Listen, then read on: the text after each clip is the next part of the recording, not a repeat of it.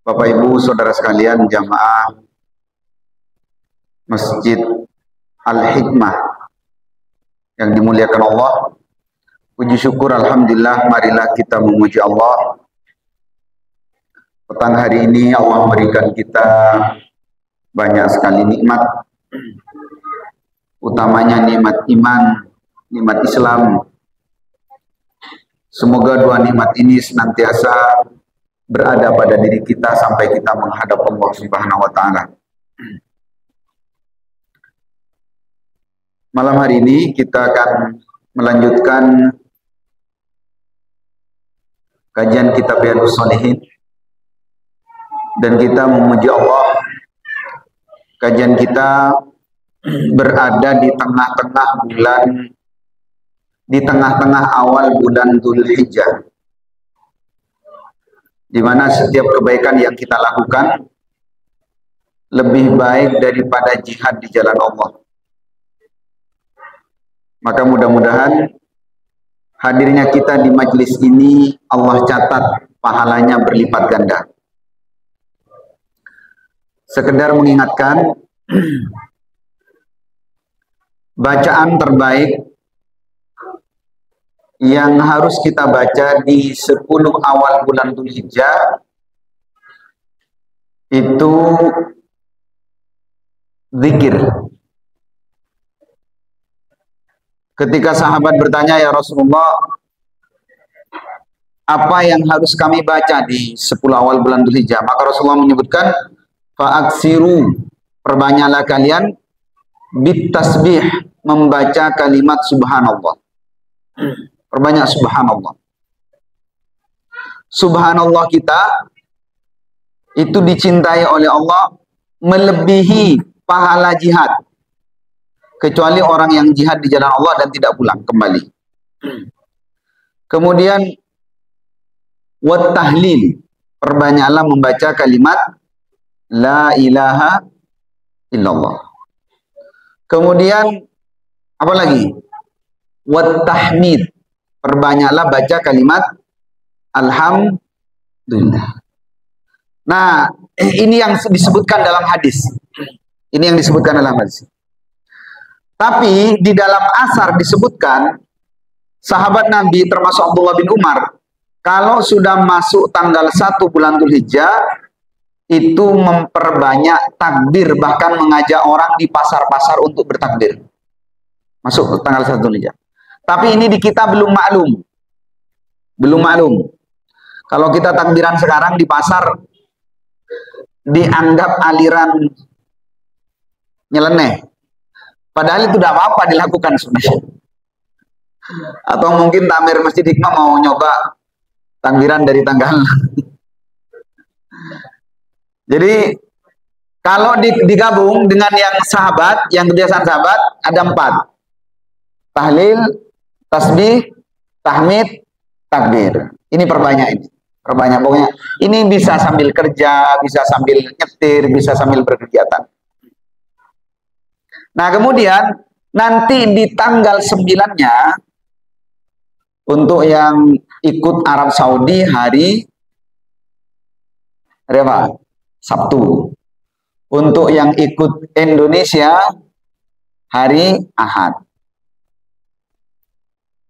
Perbanyak membaca la ilaha illallah wahdahu la syarikalah lahul mulku wa lahul hamdu wa huwa ala kulli syai'in qadir. Dan Nabi mengatakan, "Ma qultu ana wan nabiyun."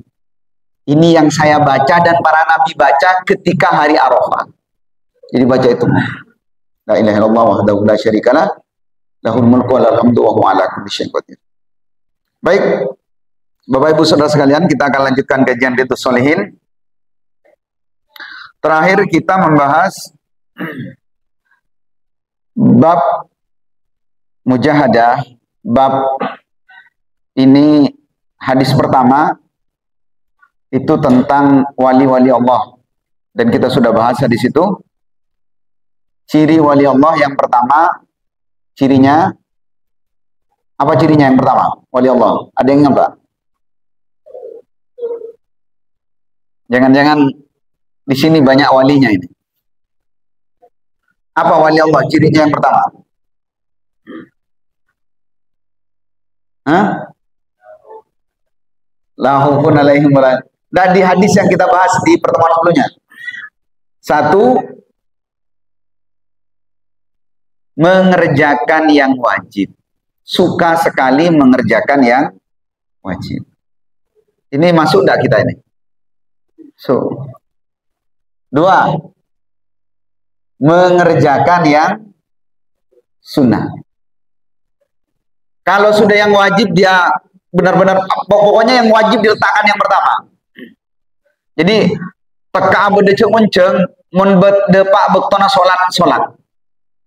Itu wali Allah. Begitu dipanggil hayya 'ala shalah, dia tinggalkan semua kegiatan, dia salat. Kemudian yang kedua apa? Mengerjakan yang sunnah.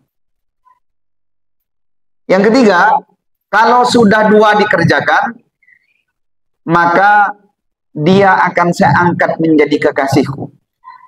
Kalau sudah jadi kekasihku kata Allah, maka dia memiliki ciri. Ciri yang ketiga seterusnya adalah kuntu sami'ahul ladzi yasma'u bi. Saya alasan dia mendengar. Dia tidak mau mendengar apapun kecuali karena Allah. Nah, sampai sini kita sudah banyak yang tidak masuk. Telinga kita itu sering masuk hal-hal yang tidak ada urusannya dengan ibadah. Telinga kita sering dipakai untuk hal yang urusannya keduniaan. Kadang mohon maaf, telinga kita dipakai untuk dosa. Alhamdulillah.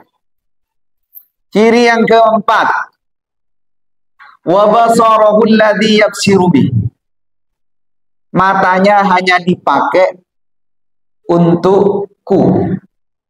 Jadi matanya tidak dipakai kecuali untuk selain Allah. Pokoknya untuk Allah saja. Kemudian yang kelima, wa yadahu allati yabtishu biha. Tangannya bergerak itu juga karena aku. Jadi alasan tangannya bergerak itu karena aku.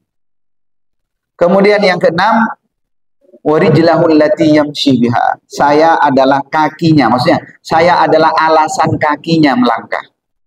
Itu ciri, 6 ciri wali Allah yang disebutkan dalam hadis yang pertama. Ini rasa-rasanya kita masuk sebagian, tidak masuk sebagian yang lain. Kemudian berikutnya kita akan bahas hadis kedua dari bab ini. An Anas radhiyallahu anhu, dari Anas bin Malik, pembantunya Nabi Shallallahu Alaihi Wasallam. Dari Anas kita banyak belajar sekali ilmu tentang bagaimana Rasulullah mendidik keluarga, bagaimana Rasulullah berinteraksi dengan orang terdekat. Sehingga Anas mengatakan, saya kumpul bersama Nabi selama 10 tahun. Nabi tidak pernah menyalahkan.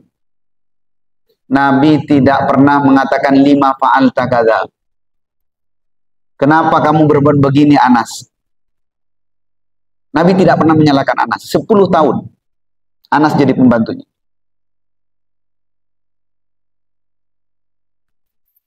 Itu menunjukkan apa? Kalau pendidikan baik, itu tidak perlu terlalu maksa. Tidak perlu terlalu maksa. Kalau pendidikannya sudah baik. Tapi ada yang memanai, itu karena yang dididik atau yang dihadapi itu Anas. Karena Anas itu penurut. Anas sangat hati-hati.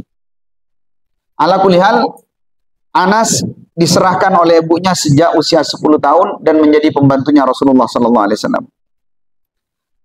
Anas menceritakan anin Nabi sallallahu alaihi wasallam fima yarwihi an rabbih, dari Nabi sallallahu alaihi wasallam sebagaimana difirmankan oleh Allah.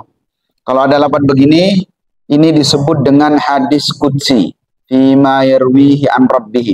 Ini disebut dengan hadis qudsi. Qala, firman Allah, idza taqarrabal abdu ilayya shibran. Jikalau hambaku itu mendekat padaku sejengkal, 1 jengkal, dia mendekatkan diri kepada Allah 1 jengkal.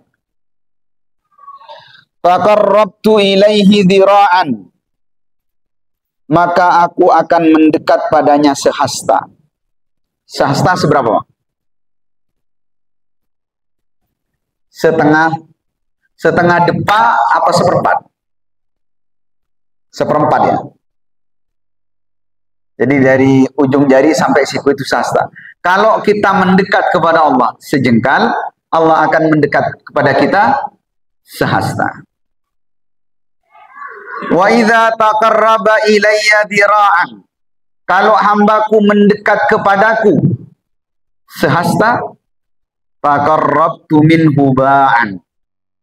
Saya akan mendekat kepadanya satu depa. Wa idza atani yamshi.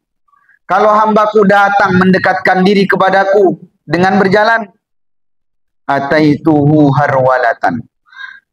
Maka saya akan datang dengan harwala. Harwala itu di atasnya jalan kaki, di bawahnya lari cepat.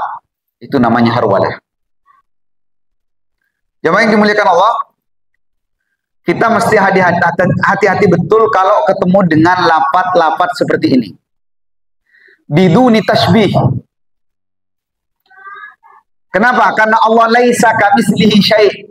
Jangan gimana mendekatnya Allah sehasta, gimana mendekatnya Allah sedepa. Hadis-hadis seperti ini, atau kalau kita ketemu ayat tentang zat Allah, maka kita hati-hati. Imani biduni kaifiyah. Maksudnya di sini apa?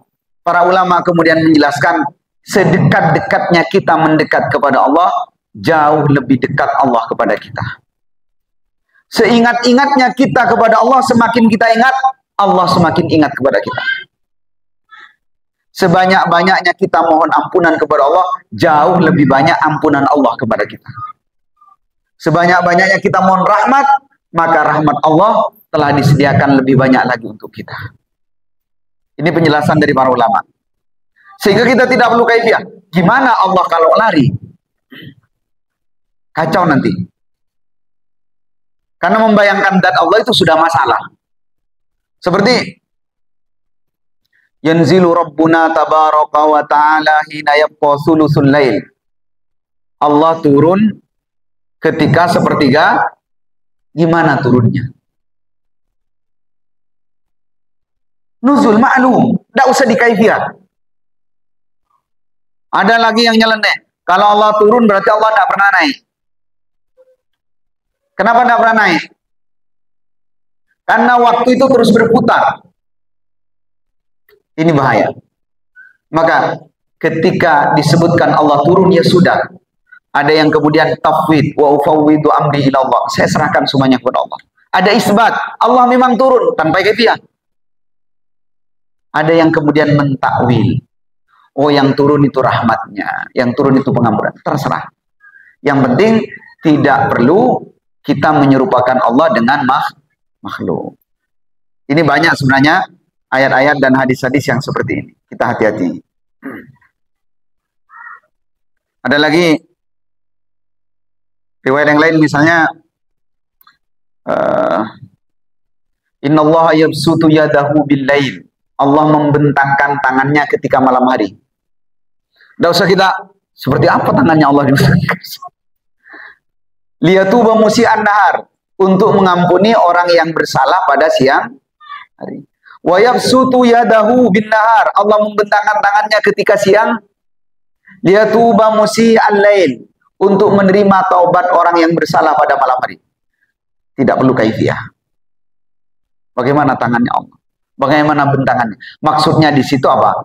Kapanpun kita mohon ampun, setiap saat Allah akan mengampuni kita. Ini hadis yang kedua. Karena itu jemaah yang dimuliakan Allah, upayalah kita mendekatkan diri kepada Allah semampu kita. Karena semakin kita mendekatkan diri kepada Allah, Allah semakin dekat dengan kita. Dekat di sini maksudnya adalah dekat dengan rahmatnya, dekat dengan kasih sayangnya. Tapi semakin kita jauh dari Allah, kita akan jauh dari kehidupan yang sebenarnya. Bahkan dalam ayat disebutkan apa? Fadhkuruni adzkurukum. Kalian ingat aku, maka aku ingat kalian. Wala takunu kalladzina nasullaha fa ansahum anfusahum. Jangan seperti orang-orang yang lupa kepada Allah. Kalau Allah sampai dilupakan, maka Allah akan lupa pada orang itu. Maksudnya bukan Allah lupa, Allah tidak tahu orang itu, bukan. Allah akan melupakan dari rahmatnya. Allah akan jauhkan dia dari hidayah dan seterusnya. Ini tentang mujahadah. Kemudian jamaah yang dimuliakan Allah, hadis berikutnya, hadis yang ketiga. An Ibnu Abbas radhiyallahu anhuma, dari Abdullah bin Abbas, semoga Allah meridai keduanya. Qala Abdullah bin Abbas menceritakan, qala Rasulullah sallallahu alaihi wasallam. Rasulullah bersabda, hadis ini masyhur, saya yakin semua jamaah ini hafal hadis ini. Saya yakin hafal. Apa kira-kira? Hadis yang paling dihafal apa? Innamal a'malu. Kalau nanya santri atau siswa, itu yang paling dihafal la taghdab walakal jannah. Hadis ini sering disebutkan oleh khatib tentang syukur. Tapi di sini dimasukkan di bab mujahadah. Rasulullah bersabda, nikmatani, ada dua nikmat. Maghbunun, yang sering maghbun. Maghbun itu dilupakan, dilalaikan. Fihima, pada dua kenikmatan ini. Dua nikmat ini sering dilalaikan. Oleh siapa? Katsirum minan nas, oleh kebanyakan manusia. Bahkan mungkin kita termasuk. Apa dua nikmat ini? As-sihhatu. Yang pertama adalah nikmat sehat. Hari ini ada yang bersyukur atas nikmat sehat? Alhamdulillah. Tapi biasanya kita mensyukur nikmat sehat kalau sakit. Nikmat sehat ini memang luar biasa. Yang kedua apa? Al-faragh. Faragh itu waktu luang. Dua nikmat ini di antara 5 nikmat yang diingatkan oleh Rasulullah untuk dijaga. Rasulullah menyebutkan 5 nikmat. Irtanim khamsan qabla khamsin, jaga 5 sebelum datang yang 5. Apa saja? Hayataka qabla mautik, hidupmu sebelum mun ki odi kayak ngae pangeranna mun mate kasta. Yang kedua apa? Wa syababaka qabla haramik, muda sebelum tua. Banyaklah yang muda ini kumpul dengan yang tua. Betapa banyak penyesalan yang dirasakan oleh orang tua. Engkau arah pelambek mata dia. Kemudian wa ghinaka qabla faghrik. Apa? Kaya sebelum tajir, sebelum bangkrut. Kalau sudah bangkrut, nyesat. Kemudian sisanya yang 2, wasihhataka qabla maradik, sehatmu sebelum datang sakit. Kemudian wa faragaka qabla syughlik, luangmu sebelum datang sempit. Ada apa dengan dua nikmat ini? Ada apa dengan? Kan sebenarnya nikmat yang Allah berikan itu banyak. Ada apa dengan dua nikmat ini? Kenapa dua nikmat ini sering dilupakan? Alasannya yang pertama, karena nikmat ini oleh sebagian besar manusia dianggap tidak penting ketika ada. Dianggap tidak penting ketika ada. Tapi kalau sudah dicabut perlahan, penting. Kalau sudah antri di rumah sakit, antri di dokter praktek, baru, ya Allah, ternyata sehat itu nih. Pergi ke warung, makanan semuanya pahit. Ya Allah, ternyata selama ini saya melalaikan nikmat lidah. Baru ketika seperti itu. Jadi banyak orang yang menganggap, kebanyakan orang, ini Nabi yang bersabda, nikmat ini tidak penting. Nah, yang kedua, banyak yang tidak sadar kalau dua nikmat ini adalah dua perantara paling kuat untuk mendekatkan diri kepada Allah. Di antara dua perantara yang paling kuat mendekatkan diri kepada Allah. Coba kita misalnya, ini yang bapak-bapak yang sepuh-sepuh lah, kalau urusan sakit dan sehat itu yang paling banyak yang sepuh-sepuh. Mau ke masjid, tapi asam uratnya kambuh. Gak bisa jalan. Akhirnya apa? Ibadahnya tidak sempurna. Ibadahnya tidak sempurna. Apalagi yang terkait dengan kesehatan. Mau silaturahim, gak bisa. Mau ke tetangga sebelah gak bisa. Padahal bertetangga dengan tetangga sebelah 50 tahun.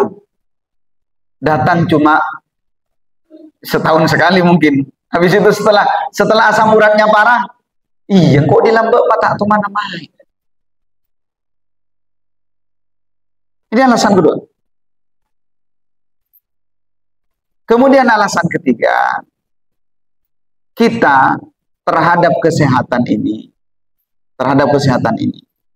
menganggapnya nikmat yang tidak penting. Yang tidak penting maksudnya apa? Di pikiran manusia rata-rata yang penting itu uang, yang penting itu pekerjaan, yang penting itu karir. Coba rata-rata, kecuali yang sakit ya, kecuali yang sakit yang sepuh. Kalau doa, yang diminta pertama apa? Enggak ya, kalau yang sepuh pasti, yang sepuh dan sakit pasti minta sehat. Tapi rata-rata kalau yang muda itu, ya Allah berikan saya pekerjaan. Makanya ini maghbun kata Nabi, sering dilupakan. Karena itu jamaah yang dimuliakan Allah, nikmat ini hendaknya dengan sabda ini, nikmat ini hendaknya diingatkan kita. Ya Allah, ingatkan saya agar saya ingat nikmat sehat. Kalau ini dicabut, ibadah kita tidak sempurna. Penghambaan kita menjadi tidak sempurna. Jadi, mau bangkit dari ruku sudah sulit. Bangun dari sujud, macet berat. Nah kadang-kadang ketika ini dicabut oleh Allah, salah satu ini dicabut oleh Allah, itu peringatan bahwa kita harus mendekatkan diri kepada Allah. Kemudian jamaah yang dimuliakan Allah, nikmat sempat. Nikmat sempat ini adalah nikmat yang disebutkan di dalam Al-Quran yang nanti menjadi penyesalan terbesar manusia ketika di hadapan Allah. Nongkrong nangi barung itu nanti dihisap, Pak. Di warung kita berapa lama duduk, pegang HP kuat berapa lama, itu nanti akan dihisap. Dan ini penyesalan. Allah berfirman di surat pertama, di surat Al-Mu'minun 99-100. Hatta idza jaa ahaduhumul maut qala rabbirji'un. Kalau mereka sudah datang kematian, apa doanya? Rabbirji'un, ya Allah kembalikan saya ke dunia. Apa yang dikatakan? La'alli a'malu shaliha.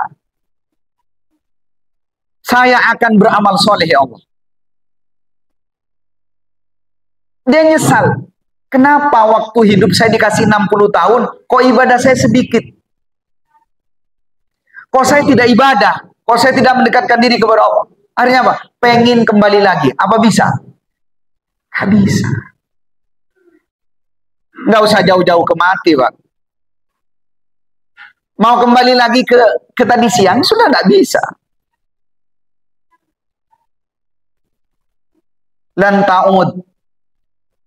Lan ta'udal waqt allati marrah. Waktu yang sudah lewat itu nggak mungkin bisa dikembalikan. Kita mau balik ke pagi tadi, nggak bisa. Karena itu waktu yang akan kita lewati ini juga ada potensi akan kita sesali nanti. Ada potensi akan kita sesali. Di dalam ayat yang lain, di surat Al-Munafiqun, ini sering dibaca oleh imam di sini. Wala yu'akhirallahu nafsan. Mohon maaf. Min qabli ayyati ahadakumul maut. Fayaqula rabbi laula akhartani ila ajalin qarib la asaddaqa wa akum minas salihin. Jadi kita disuruh beramal sebelum datang kematian. Kenapa? Karena nanti akan ada orang-orang, banyak jumlahnya, lebih banyak yang akan mengatakan ini. Apa yang mereka katakan? Laula akhartani ila ajalin. Coba ya Allah, undur sebentar, ajalin qarib. Akhartani ila ajalin.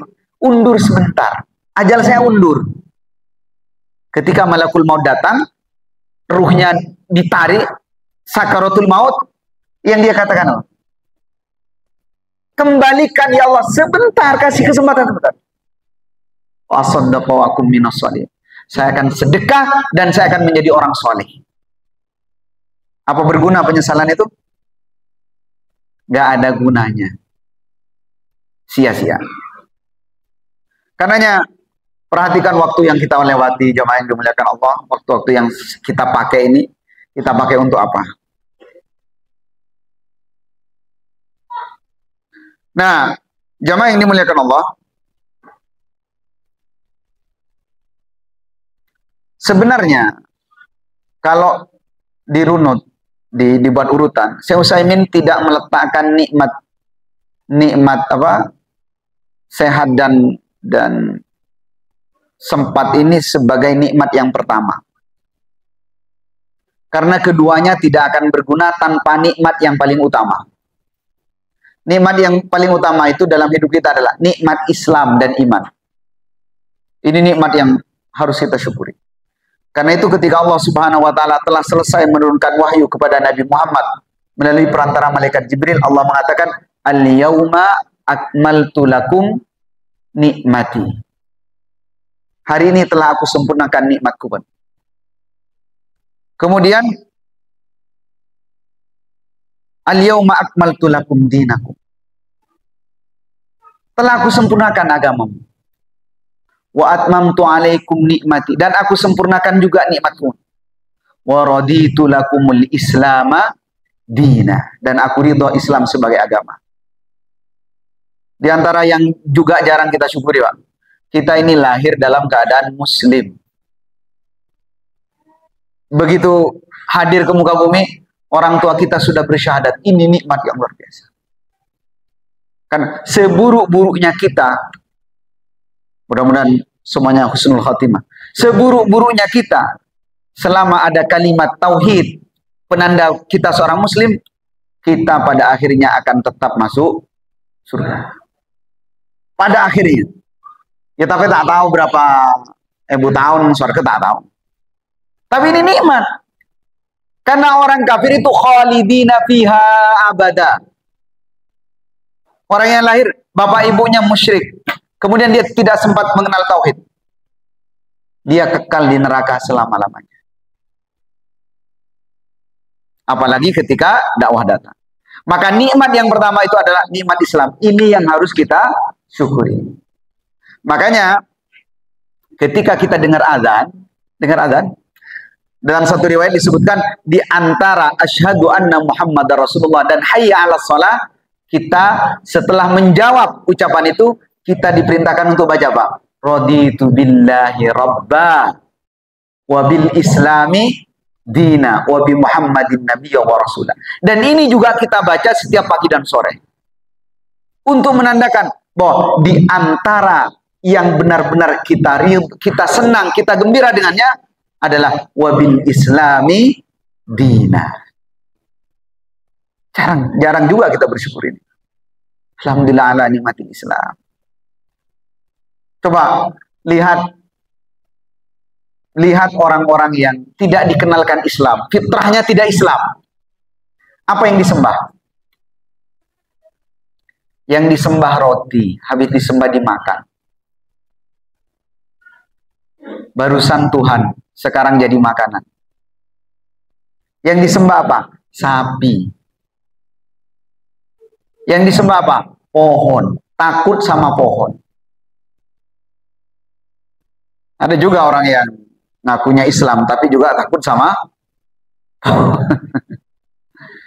makanya nikmat kita punya fitrah Islam ini luar biasa, ini nikmat dari Allah.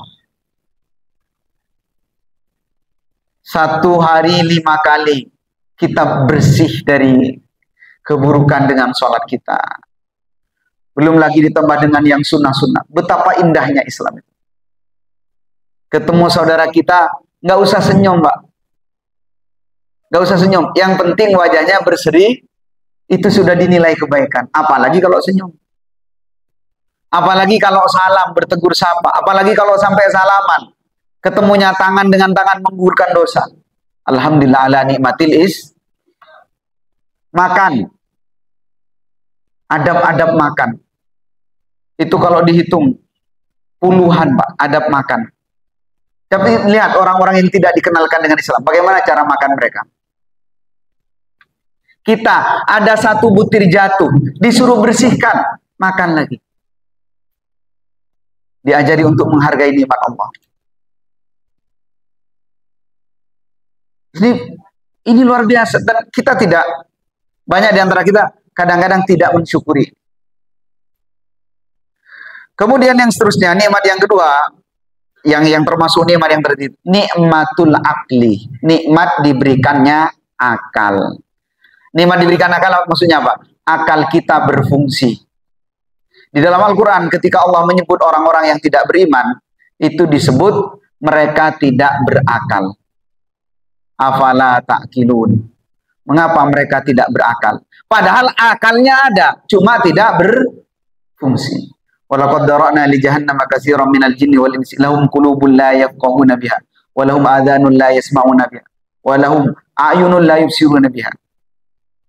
Jadi ada matanya, ada telinganya, tapi ketika tidak dibuat untuk mengenal Allah, dianggap tidak ada fungsinya. Nikmat akal di sini ada, kita punya akal dan kita gunakan akal itu sebaik-baiknya.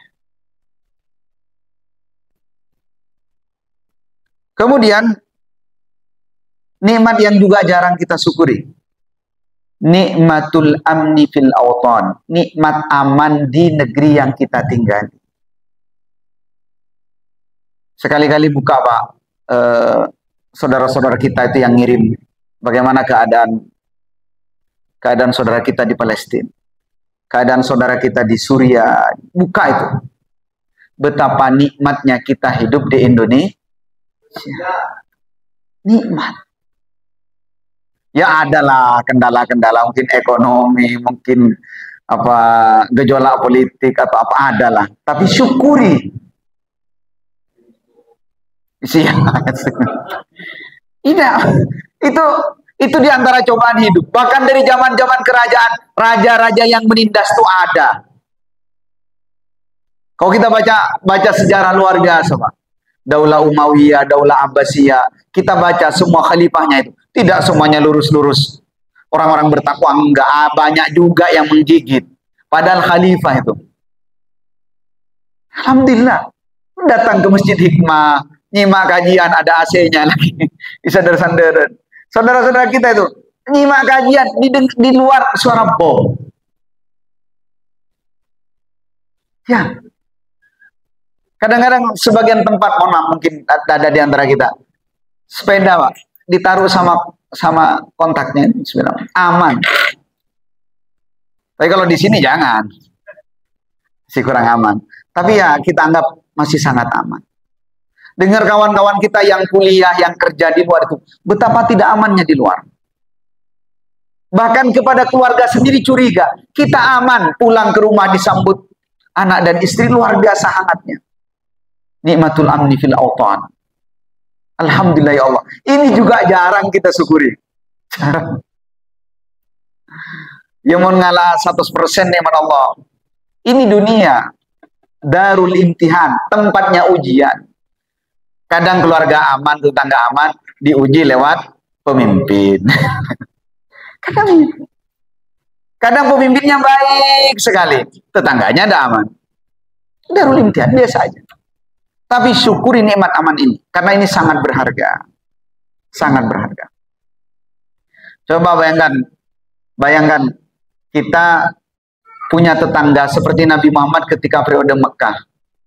Lewat rumah orang diludahi. Pindah ke rumah satunya dilempari kotoran. Coba kalau kita gitu.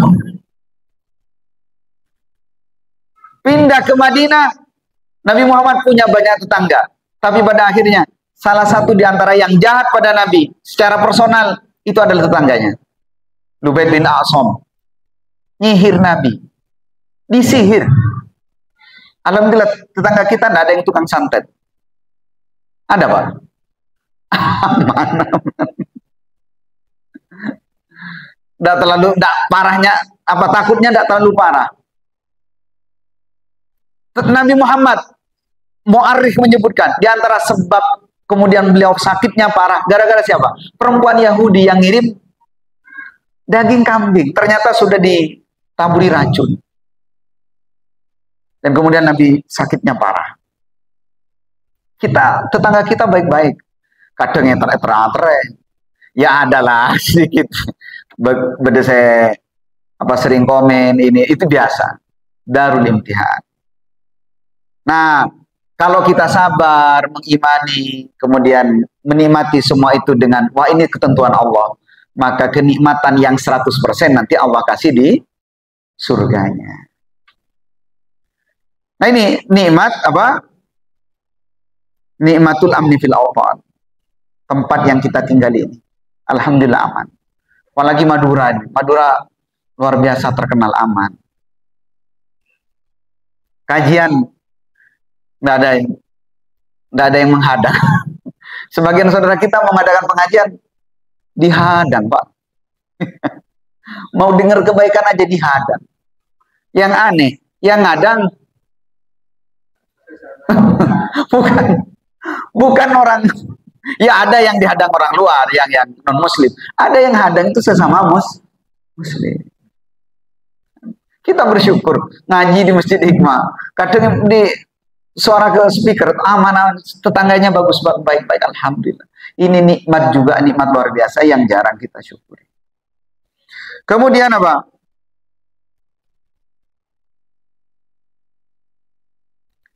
Rabi'an yang keempat, nikmat yang sering kita. Kadzalika mimma anamallahu bi alaina wa la siyama fi hadhil bilad.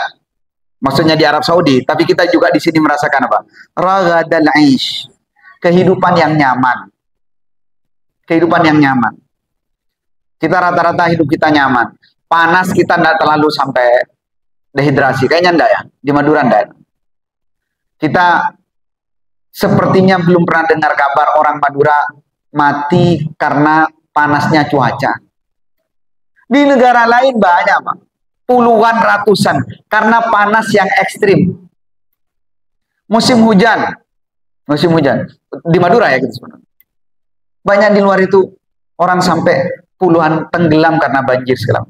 Kita paling ya adalah banjir tapi tidak terlalu parah. Raghadal 'aish, kehidupan yang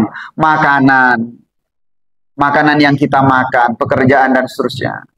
Nah, sekali lagi, tapi ingat Pak, di dunia itu kenikmatannya tidak akan pernah 100%. Enggak.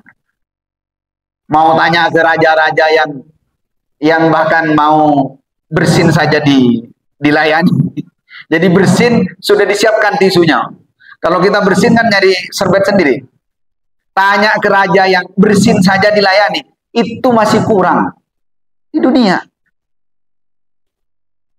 Misalnya tanya ke anaknya Raja Brunei Darussalam yang konon rumahnya sampai 70 kamar katanya. Per anak itu punya rumah 70 kamar.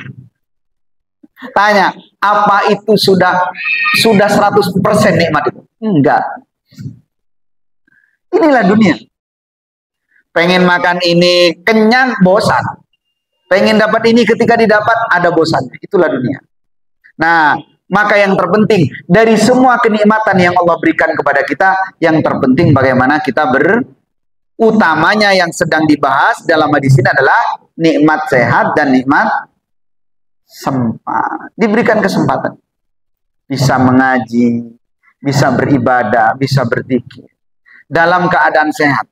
Mohon maaf, kalau kita sakit itu lisan kita saya mau itu kayaknya tidak enak kalau sedang sakit, apalagi sampai berkegiatan. Baik, ini sudah masuk adzan. Kita simak adzan dulu, nanti kita lanjutkan sedikit, kemudian kita diskusi. Terima kasih. Di antara doa yang diajarkan oleh Nabi, itu ada doa agar nikmat sehat ini, nikmat yang ada di tubuh kita ini, menjadi nikmat yang benar-benar menjadi kenikmatan bagi kita. Karena tidak semua orang dikasih mata itu nikmat dengan matanya.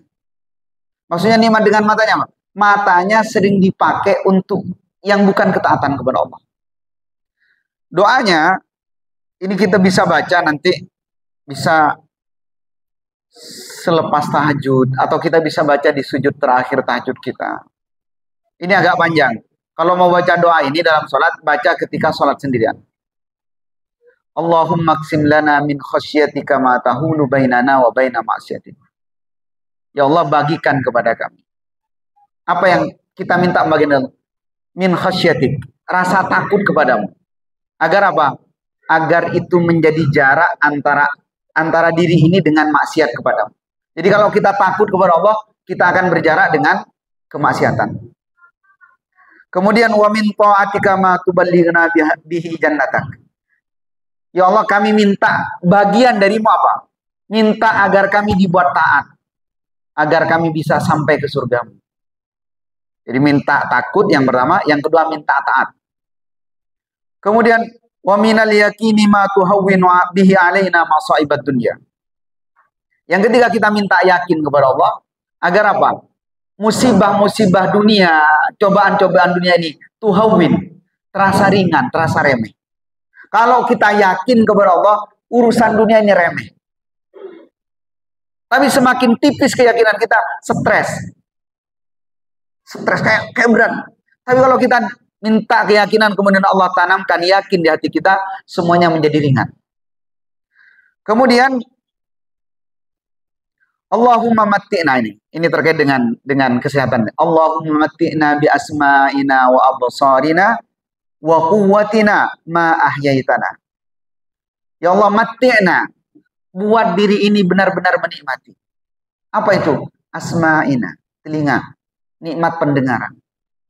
Kapan telinga kita itu nikmat?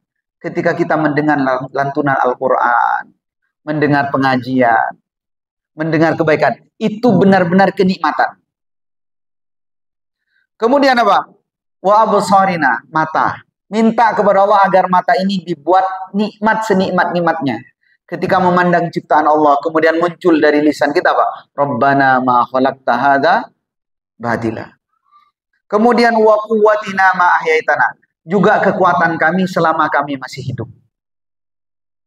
Kemudian ada doa setelahnya, agak panjang, tapi poinnya di sini. Kita minta semua potensi kekuatan yang ada dalam tubuh kita ini semata-mata untuk mendekatkan diri kepada Allah. Nanti di grupnya Takmir Masjid Hikmah barangkali ini bisa di-share doa ini. Agar apa? Agar kita selepas sholat atau ketika tahajud atau di sujud terakhir kita bisa baca ini. Sehingga nikmat sehat yang diberikan oleh Allah benar-benar kita bisa pakai untuk taat. Baik, ini kajian kita. Tinggal berapa menit, Pak? Masih 7 menit. Barangkali ada hal-hal yang perlu didiskusikan sebelum iqamah, dipersilahkan. Pak Fendi, Ngereng.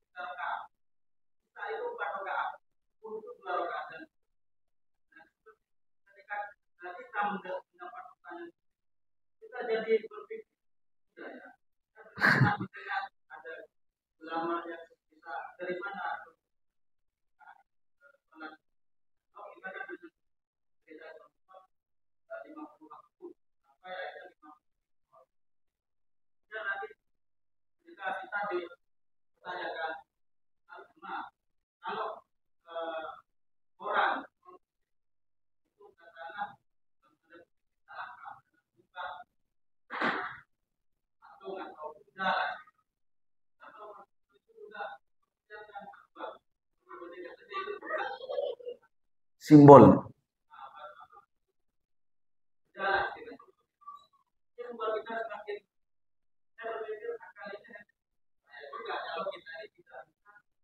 Ya.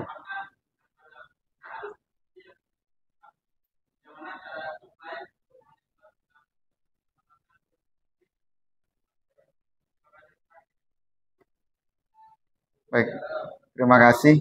Ini pertanyaan menarik sekali, benar menarik. Kenapa? Karena kita dikasih akal oleh Allah, dan akal kita merupakan salah satu nikmat terbesar dalam hidup. Sehingga kalau kita emosi kepada orang, biasanya salah satu kalimat yang keluar, orang itu gak punya akal. Nah, tapi dalam prakteknya kadang-kadang akal ini menjadi sesuatu yang kontradiktif dengan perintah syukur itu. Karena semakin akal digunakan untuk memahami agama, maka akan ada pikiran-pikiran negatif, mohon maaf, seperti yang disebutkan tadi. Tentang misalnya, kenapa kok ruku 1, sujud 2 misalnya. Nah, disitulah fungsi akal bukan untuk memikirkan itu. Karena dalam penyebutan tadi, nikmat yang paling nikmat, yang teratas itu adalah nikmat iman dan Islam. Ketika nikmat iman dan Islam disebutkan pertama, artinya apa? Kita berbicara taslim, menyerahkan diri kepada Allah. Nah, saya kebetulan pernah belajar ilmu mantik. Ilmu mantik. Kalau di kita disebut ilmu logika. Ulama itu terbagi menjadi 2. Kalau ilmu mantik itu datangnya di luar. Imam Nawawi, Ibnu Taimiyah, Ibnu Qayyim itu mengharamkan mutlak, tidak perlu belajar. Ilmu akal tidak perlu. Tapi ulama-ulama yang lainnya banyak yang membolehkan. Bahkan di antara metode-metode belajar itu menggunakan itu. Nah, apa yang ingin kita tangkap di sini, bahwa kadang-kadang akal itu menjadi masalah kalau dikedepankan daripada ketaatan. Jadi ada istilah, jangan menuhankan akal. Kenapa? Karena akal kita dibatasi. Tapi yang dikedepankan apa orang beriman? Ya ketaatan kepada Allah. Kenapa? Karena tidak semua pertanyaan yang ada di akal kita ini semuanya ada jawabannya. Gak semua. Kita mau tanya, misal tadi yang turun, bagaimana turunnya Allah? Kita dibatasi. Tafakkaru fi khalqillah wala tafakkaru fi dzatillah. Berpikirlah tentang ciptaannya, jangan berpikir tentang zatnya. Bagaimana tangan Allah? Mikir sampai kiamat pun kita tidak bisa. Kenapa? Dibatasi. Dan akal kita terbatas. Buktinya akal kita terbatas, di sisi lain apa? Kita diberikan pemahaman oleh Allah di banyak bidang ilmu. Tapi di bidang ilmu yang lainnya kita lebih banyak yang tidak paham. Itu artinya apa? Akal kita terbatas. Maka hati-hati dengan akal. Bahkan ada nukilan itu disebutkan, siapa yang membaca Al-Quran kemudian menafsirkannya dengan akalnya, maka gurunya adalah setan. Jadi misal baca Quran, kemudian lihat terjemahnya, kemudian dirangkai-rangkai, gurunya adalah setan. Makanya wajib, kita kan baca Quran mesti berguru. Dan alhamdulillah di Masjid Al-Hikmah kan ada kajian tafsir juga. Itu penting agar kita tidak salah memahami. Nah, kemudian yang terakhir terkait dengan akal, hati-hati. Hati-hati. Karena akal itu dianggap berakal di dalam Al-Quran kalau akal itu dipakai untuk beriman kepada Allah. Di surat Al-Baqarah itu sebenarnya banyak, tidak cuma di Al-Quran. Wa masalul ladzina kafaru kamasalil ladzi yan'iku bima la yasma'u illa du'aan wa nidaa. Summun bukmun umyun fahum la yaqilun. Orang kafir itu kalau diajak, orang kafir yang tidak mau beriman, itu seperti binatang gembalaan. Jadi ada suara ini, dia tahu ada suara, tapi tidak tahu ngajak apa. Maka mereka summun bukmun umyun fahum la yaqilun. Mereka itu tuli, mereka itu bisu, mereka buta. Dan mereka tidak punya akal. Kalau ditanya, apakah mereka tuli? Apakah mereka tuli? Enggak. Apakah mereka buta? Enggak. Apakah mereka bisu? Enggak. Apakah mereka yang terakhir? Apakah mereka tidak berakal? Berakal. Tapi dalam Al-Quran dianggap tidak berakal kalau akalnya tidak tunduk pada iman. Makanya karunia akal tadi harus tunduk pada hati. Jangan, pokoknya hati-hati dengan logika lah. Kenapa kok duhur 4 rakaat tadi apa? Kenapa kok maghrib 3 rakaat? Kok duhur 4 rakaat? Kok enggak begini? Itu kan pikiran-pikiran kita. Sedangkan perintah agama itu Islam ya taslim. Islam itu adalah pasrah, tunduk terhadap perintah Allah. Iqamah ini sudah cukup, Pak. Kita akhiri dengan kafaratul majlis. Subhanakallahumma bihamdika asyhadu an la ilaha illa anta astaghfiruka wa atubu ilaik.